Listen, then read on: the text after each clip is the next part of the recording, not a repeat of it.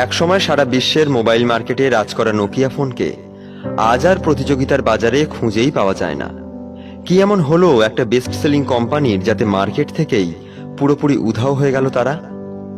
1865 সালে ফিনল্যান্ডে একটা multinational company হিসেবে নোকিয়ার জন্ম।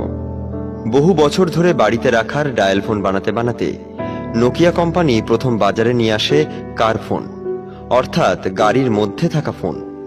10 কেজি ওজনের এই ফোনটির নাম দেয় নোকিয়া মোবিরা সিনেটার।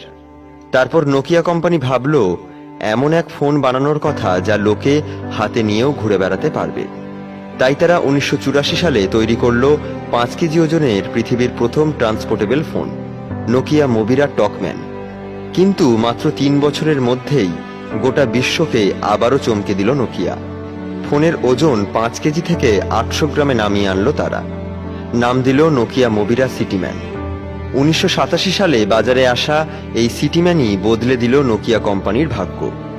গোটা বিশ্বে প্রবল জনপ্রিয় হয়ে উঠল তাদের কোম্পানি। রাতারাতি বিখ্যাত হয়ে গেল তাদের সিটিম্যান ফোন। এখানেই থেমে থাকলো না নোকিয়া। 1992 সালে তারা বাজারে আনলো নোকিয়া 1011, আর আসার সাথে সাথেই গোটা ইউরোপ আর আমেরিকায় ছেয়ে গেল এই ফোন। কিন্তু এরপরেই নোকিয়া কোম্পানি দিল তাদের আসল মাস্টার স্ট্রোক। পৃথিবীর মানুষের জন্য তারা নিয়ে এলো প্রথম feature phone, Nokia 2100। Nokia company ভেবেছিল এই ফোন মাত্র 10 লাখের মতো বিক্রি হবে, কিন্তু তাদের সেই ধারণাকে ভুল প্রমাণিত করে শেষমেশ নোকিয়া 2100 ফোনটি কিনে নেয় প্রায় 2 কোটির মতো মানুষ। আর এই ফোনের এত বিশাল পরিমাণে বিক্রি নোকিয়াকে এনে দিল পৃথিবীর সবচেয়ে জনপ্রিয় ও সর্বাধিক বিক্রিত মোবাইল কোম্পানির স্বীকৃতি। 2003 থেকে 2005 অবধি গোটা বিশ্বের 25% ও গোটা এশিয়ার 70% মোবাইল ফোনের মার্কেট ছিল নোকিয়ার দখলে। তাদের নোকিয়া 1100 ও নোকিয়া 1110 ছিল